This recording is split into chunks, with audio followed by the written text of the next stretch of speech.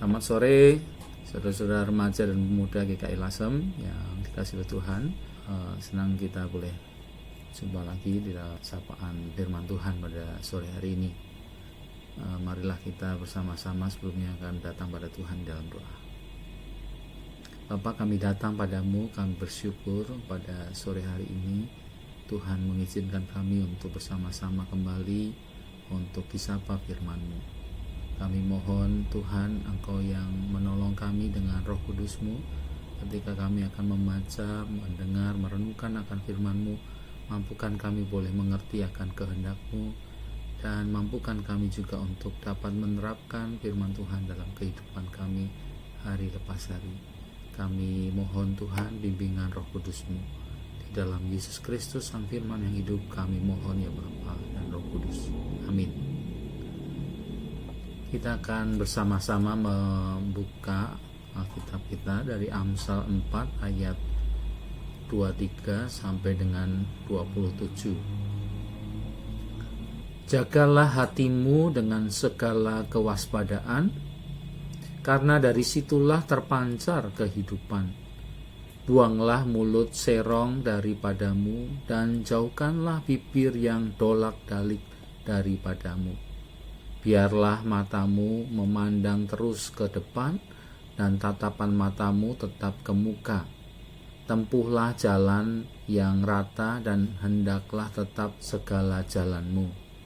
Janganlah menyimpang ke kanan atau ke kiri, jauhkanlah kakimu dari kejahatan. Saudara-saudara yang dikasihi Tuhan Yesus Kristus, kita tahu bahwa kesehatan itu sesungguhnya berharga. Walaupun banyak orang yang tidak begitu menyadari bahwa kesehatan itu sebagai sesuatu yang berharga, tetapi ketika seseorang sakit dan harus dirawat di rumah sakit, barulah mereka sadar bahwa betapa pentingnya kesehatan dan betapa mahalnya mereka harus membayar untuk kesembuhan, bahkan hanya untuk selamat serta melanjutkan kehidupan. Maksudnya, seseorang yang sudah dirawat di rumah sakit harus membayar mahal untuk pengobatan mereka, walaupun itu tidak selalu menjamin akan sembuh dan selamat. Jadi betapa pentingnya kesehatan tersebut dan betapa berharganya itu. Bersyukur untuk kesehatan yang kita boleh miliki sampai saat ini. Bukan saja kesehatan jasmani yang kita butuhkan, tetapi kesehatan juga jiwa dan spiritualitas. Kesehatan mental itu sangat penting dimiliki oleh kita semua. Ada banyak gangguan jiwa, dari yang rendah sampai tingkat yang berat, ya. Dari depresi, gila, lalu kemudian schizophrenia, sampai juga dengan psikopat, ya. Seorang ahli psikolog yang bernama Jennifer Kunz, dia mengatakan ada 7 ciri seseorang mempunyai mental yang sehat. Mental yang sehat mempunyai kemampuan-kemampuan sebagai berikut. Yang pertama, komitmen kepada kebenaran. Suatu orientasi yang mendasar kepada apa yang nyata daripada yang ideal. Jadi berorientasi kepada yang nyata, yang real. Yang kedua, toleransi. Mempunyai kemampuan untuk menerima aspek-aspek yang bertentangan baik dalam dirinya maupun pada orang lain. Jadi bisa menerima akan perbedaan-perbedaan, ya, bahkan yang bertentangan sekalipun. Yang ketiga, kesabaran. Kemampuan untuk tetap hadir dalam pengalaman-pengalaman sulit dan menyelesaikannya secara perlahan seiring berjalannya waktu. Banyak orang mengalami kesulitan ekonomi pada saat ini, ya. Mereka di PHK akibat dampak pandemi COVID-19 ini, atau mereka harus menganggur. Banyak orang stres dan kesehatan mentalnya terganggu. Orang yang mampu beradaptasi untuk mengatasi dan menyelesaikan situasi atau keadaan dirinya, dia memiliki kesehatan mental yang baik.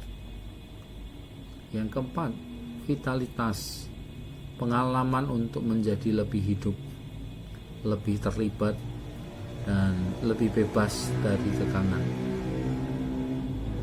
punya kemerdekaan,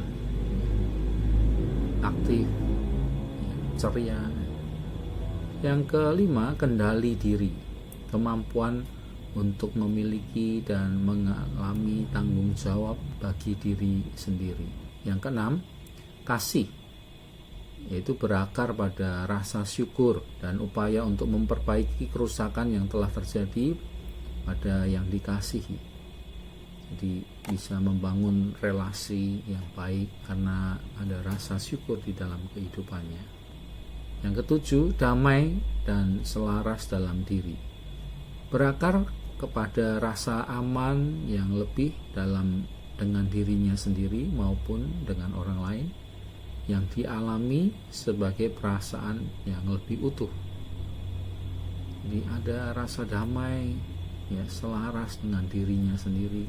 Saudara, firman Tuhan yang kita baca dalam Amsal 4 ayat yang ke-23 tadi dikatakan, jagalah hatimu dengan segala kewaspadaan, karena dari situlah terpancar kehidupan. Hati dalam bahasa Ibrani, ibs, merupakan pusat kehidupan spiritualitas dan moralitas. Hatilah yang menjadi daya dorong segala perkataan, tindakan, tingkah laku, perbuatan manusia. Dalam hatilah roh yang diberikan Allah pada manusia berada dan memberikan pancaran kehidupan padanya. Pada sisi yang lain, hati juga dapat tercemar dan rusak, dipengaruhi oleh berbagai hal yang jahat dan negatif yang terjadi dalam kehidupan di dunia ini. Oleh karena itu, penulis Amsal memperingatkan kepada umat untuk menjaga hati dengan segala kewaspadaan. Artinya, dengan sungguh-sungguh menjaga kesehatan mentalnya dan membina hatinya dengan sebaik-baiknya. Bagaimana menjaga kesehatan mental atau hati? Karena hati dan indera atau jasmani itu saling berkaitan, maka penulis Amsal menyarankan untuk mengendalikan dan mengarahkan mata, telinga, mulut, tangan, kaki kepada perbuatan-perbuatan yang benar dan baik. Apa yang dilihat, apa yang didengar, apa yang dikatakan, apa yang dilakukan, semuanya dapat mempengaruhi kesehatan mental kita dan dapat membentuk kebiasaan dan karakter mentalitas kita. Orang yang sering nonton kekerasan cenderung menjadi pribadi yang keras. Saudara, dalam Filipi 4 ayat 8 dan 9, Paulus juga menegaskan, jadi akhirnya saudara-saudara, semua yang benar, semua yang mulia, semua yang adil, semua yang suci, semua yang manis, semua yang sedap didengar, semua yang disebut kebajikan dan patut dipuji, pikirkanlah semuanya itu. Dan apa yang telah kamu pelajari, apa yang telah kamu terima, dan apa yang telah kamu dengar, dan apa yang telah kamu lihat daripadaku, lakukanlah itu. Maka Allah, sumber damai sejahtera, akan menyertai kamu. Jadi sesungguhnya apa yang ada dalam hati dapat mewujud dalam tutur kata, tingkah laku, dan perbuatan. Dan sebaliknya, tutur kata yang kita dengar, apa yang kita lihat, lakukan, juga dapat mempengaruhi hati dan mentalitas kita. Karena itu Paulus sangat menegaskan, semua yang baik saja, semua yang manis, semua yang indah dan mulia, itulah yang harus kita dengarkan dan pikirkan semuanya itu, dan melakukan yang baik-baik. Karena dengan melakukan yang baik, maka kita akan menjaga mentalitas kita, hati kita. Seseorang yang pertama kali berbohong, ia akan mungkin merasa takut, artinya merasa bersalah bahkan. Tapi kalau orang itu sudah mulai biasa berbohong, maka Dia menganggap bohong itu sesuatu yang baik dan benar-benar saja. Mentalnya sudah rusak. Oleh karena itu, sekali lagi, marilah kita arahkan hati, pikiran kita, mata, telinga, tingkah laku, dan perbuatan kita pada hal yang benar dan baik. Marilah kita mengisi waktu kita dengan membaca firman Tuhan dan dengan kegiatan-kegiatan yang berguna, yang membangun, serta produktif. Saudara, seorang rohaniawan yang pernah menjadi pendamping bagi orang-orang yang pernah mengalami gangguan kejiwaan yang bernama Joseph Stomer menuliskan prinsip-prinsip agar seseorang mencapai kesehatan mental. Yang pertama, dia menyarankan jadikanlah Tuhan sebagai sumber kekuatan kita dalam menjalani kehidupan di dunia ini penuh dengan persoalan-persoalan. Yang kedua, berbuat baik pada orang lain, pada orang-orang di sekeliling kita, dan itu menjadikan hidup kita lebih bermakna. Yang ketiga, terimalah kelebihan-kelebihan dan sekaligus kekurangan-kekurangan yang ada pada kita. Dan itu menghindarkan kita dari emosi negatif yang membuat marah, benci, malu, rendah diri, cemas, dan putus asa. Yang keempat, mengucap syukurlah dalam segala keadaan, menolong kita melihat hal-hal yang positif dalam kehidupan kita dan hal-hal yang baik. Yang kelima, berproseslah pada penyembuhan. Penyembuhan memang membutuhkan proses waktu dan membutuhkan kesabaran. Kita harus bersedia menerima kesalahan-kesalahan yang kita buat, puas dengan hasilnya dan mau melakukan apa yang seharusnya, mau menanggung hal-hal yang tidak menyenangkan dalam kehidupan kita. Yang keenam, mohonlah pada Tuhan damai sejahtera.